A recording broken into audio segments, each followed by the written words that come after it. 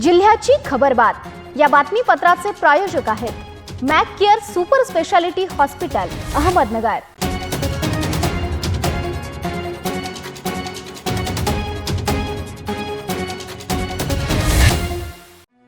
प्रेक्षको नमस्कार, मी निर्जला न्यूज 24 सह्याद्रीमध्ये तुमचं स्वागत। तर पाहूयात अहिल्यानगर जिल्ह्यातील महत्त्वपूर्ण बातम्यांचा आढावा जिल्ह्याची खबरबातमध्ये। राहता बाजार समितीत बुधवारी डाळिंबाला सर्वाधिक 260 रुपये किलो भाव मिळालाय। डाळिंबाच्या 1740 कॅरेटची आवक झाली।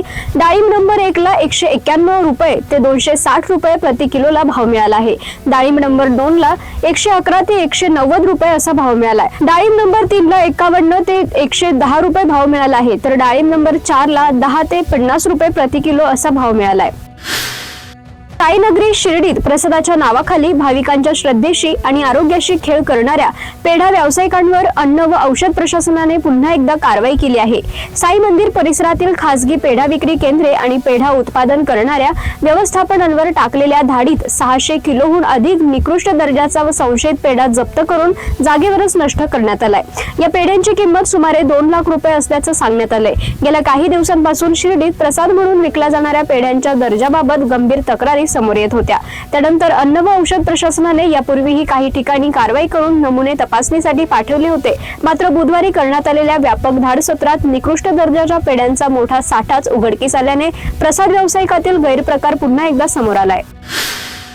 आधीच अडचणीत असलेल्या बळीराजाला आता आणखी मोठा धक्का बसलाय। खतांच्या किमतीत 200 ते 600 रुपयांपर्यंत प्रचंड वाढ झाल्याने खरीप हंगाम अडचणीत येण्याची शक्यता आहे। गेल्या वर्षभरात खत उत्पादन करणाऱ्या विविध कंपन्यांनी थोड्याफार प्रमाणात दरवाढ केली होती, मात्र बळीराजाने त्या आर्थिक भार सहन केला।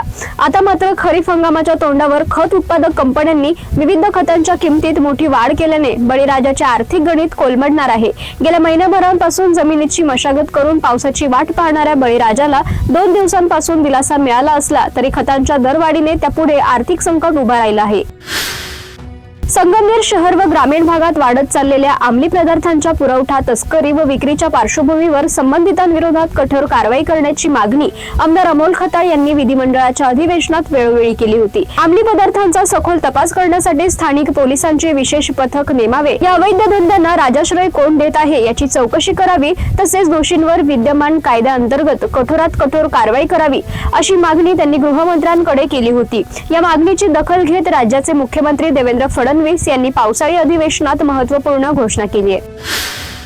राज्यातील राजकारणात अनेकदा राजकीय घडामोडींपेक्षा नेत्यांच्या भेटीगाठी आणि त्यांच्या हालचाली अधिक चर्चेचा विषय ठरतात। अशीच एक चर्चा बुधवार जून रोजी सकाळी संगमनेरमध्ये रंगली। राष्ट्रवादी काँग्रेसचे ज्येष्ठ नेते व राज्यसभा खासदार शरदचंद्र पवार, काँग्रेसचे ज्येष्ठ नेते तथा माजी मंत्री बाळासाहेब थोरात आणि अहिल्यानगर लोकसभा मतदारसंघाचे खासदार निलेश लंके यांनी एकाच गाडीमधून पुढील कार्यक्रमासाठी प्रवास केल्याने राजकीय वर्तुळात विविध चर्चांना उधाण आलंय।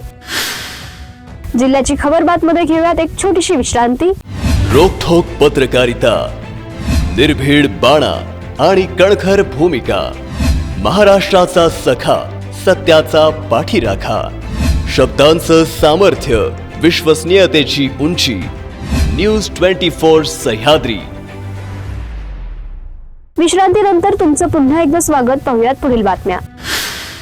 मुख्याध्यापकाने शाळेतील अल्पवयीन विद्यार्थिनीकडे शरीर सुखाची मागणी करत तिचा छळ केल्याची संतापजनक घटना समोर आली आहे। शिक्षकी पेशाला काळीमा फासणारी ही घटना कर्जत तालुक्यातील एका गावात घडली। याबाबत बालकांचे लैंगिक गुन्ह्यापासून संरक्षणाच्या कायद्यानुसार गुन्हा दाखल होताच पोलिसांनी आरोपी मुख्याध्यापकाला अटक केली। रामराव प्रभाकर भोसले असे आरोपीचे नाव असून न्यायालयाने त्याला 2 दिवसांची पोलीस कोठडी सुनावली आहे। पाथर्डी शहरात गावठी कट्टा बाळगून फिरणाऱ्या एका आरोपीस पाथर्डी पोलिसांनी अटक करून त्याच्याकडून गावठी कट्टा व 2 जिवंत काडतुसे जप्त केले आहेत। या कारवाईत एकूण 26,600 रुपयांचा मुद्देमाल हस्तगत करण्यात आला। पोलीस अधीक्षक मुमक्का सुदर्शन यांच्या आदेशानुसार पाथर्डी पोलीस ठाण्याचे पोलीस निरीक्षक आनंद कोकरे यांच्या नेतृत्वाखाली अवैध शस्त्रधारकांविरोधात विशेष मोहीम राबवण्यात येत आहे। सरकारने माहिती अधिकार कायद्यात केलेल्या मनमानी दुरुस्त्यांमुळे हा कायदा जनहिताच्या दृष्टीने कमकुवत झाला आहे। या विरोधात आता राळेगणसिद्धी येथे ज्येष्ठ समाजसेवक अण्णा हजारे व राज्याचे माहिती आयुक्त राहुल पांडे यांची चर्चा झाली आहे। या बैठकीत हजारे यांचे समाधान झाले नाही, त्यामुळे पुन्हा एकदा सरकारबरोबर बैठक होणार आहे। सकारात्मक निर्णय झाला नाही तर उपोषणावर ठाम असल्याची माहिती अण्णा हजारे यांनी दिली आहे। पांडे यांनी आज हजारे यांची राळेगणसिद्धी येथे चर्चा केली आहे।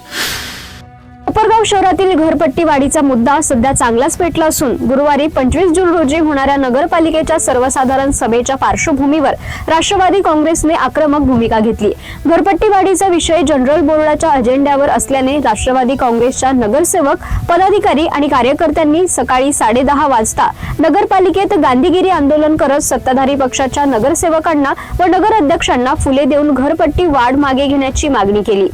शहरवासियांवर घरपट्टी वाढीच्या माध्यमातून आर्थिक भार टाकण्यात येत असल्याचा आरोप करत राष्ट्रवादी काँग्रेसने हा निर्णय तात्काळ स्थगित करण्याची मागणी केली आहे। यावेळी आंदोलनकर्त्यांनी घोषणाबाजी करत प्रशासन व सत्ताधाऱ्यांविरोधात नाराजी व्यक्त केली। या आंदोलनादरम्यान उपनगर अध्यक्ष जितेंद्र रणशूर यांनी आंदोलनकर्त्यांकडून देण्यात आलेली फूल स्वीकारण्यास नकार दिल्याने काही काळ वातावरण अधिकच तापले। या घटनेनंतर उपस्थित कार्यकर्त्यांनी जोरदार घोषणाबाजी केली। घरपट्टी वाढीबाबत नेमका निर्णय काय होणार आणि सर्वसाधारण सभेत कोणती भूमिका घेतली जाणार याकडे शहरवासियांचं लक्ष लागलंय।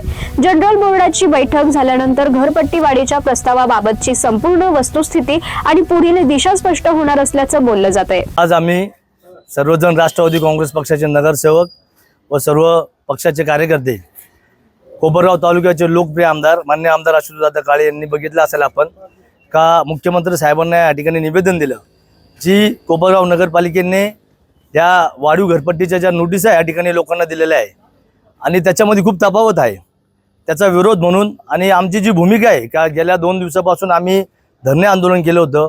आमदार साहेब तिकडे पाठपुरावा करताय आणि या कोपरगाव शहरावर जी लादली जाणारी जी घरपट्टी आहे का त्याची तुम्ही तफावत बघितली असेल का? त्या दिवशी आम्ही ज्यावेळेस धरणे आंदोलन केलं होतं त्या ठिकाणी एक मनुष्य आला, त्या मनुष्याला 4,500 रुपये पहिले घरपट्टी येत होती, त्या मनुष्याला 4,000 रुपये पेन्शन आहे, त्याला डायरेक्ट 2.5 लाख रुपये घरपट्टी आलेली आहे। म्हणजे हा कोणत्या पद्धतीचा सर्वे झालेला आहे? हा अतिशय चुकीचा सर्वे झालेला आहे।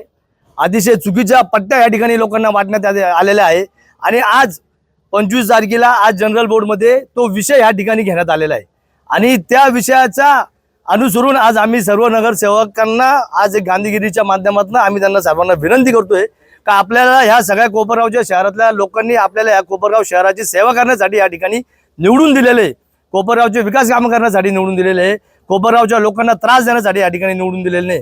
जर एका माणसाला 5,000 घरपट्टी येत असेल, त्याला जर 25,000 रुपये घरपट्टी या ठिकाणी यायला लागले असेल तर नक्कीच या ठिकाणी कुठेतरी कोपरगाव नगरपालिका या ठिकाणी लोकांवर घरपट्टी ही लादत आहे आणि आज जो ठराव या ठिकाणी आहे त्या ठरावाला आमची भूमिका तर आमच्या सर्व नगरसेवकांनी त्या दिवशीच मांडलेली आहे आणि आज सुद्धा मीटिंगमध्ये आम्ही ती भूमिका मांडणार आहे।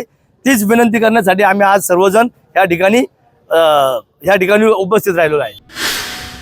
कोपरगाव तालुका पोलिसांनी अवैध वाळू उपशाविरोधात मोठी कारवाई करत 18,40,000 रुपयांचा मुद्देमाल जप्त केलाय। पोलीस निरीक्षक संभाजी गायकवाड यांना मिळालेल्या गुप्त माहितीच्या आधारे दरडे, चांदवड व वेळापूर शिवारातील गोदावरी नदी पात्रात छापा टाकण्यात आला।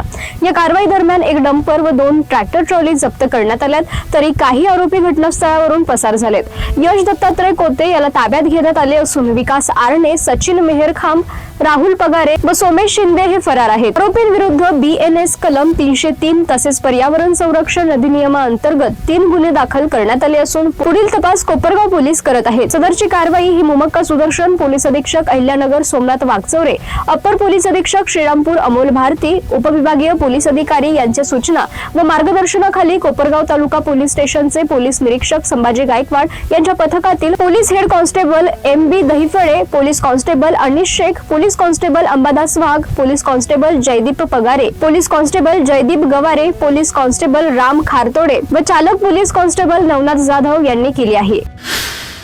जिल्ह्याची खबरबात मध्ये आपण इथेच थांबतोय, मात्र तुम्ही पाहत राहा न्यूज 24 सह्याद्री। जिल्ह्याची खबरबात या बातमीपत्राचे प्रायोजक होते Mac Care Super Speciality Hospital Ahmednagar. शब्दांचं सामर्थ्य, विश्वसनीयतेची उंची, न्यूज 24 सह्याद्री।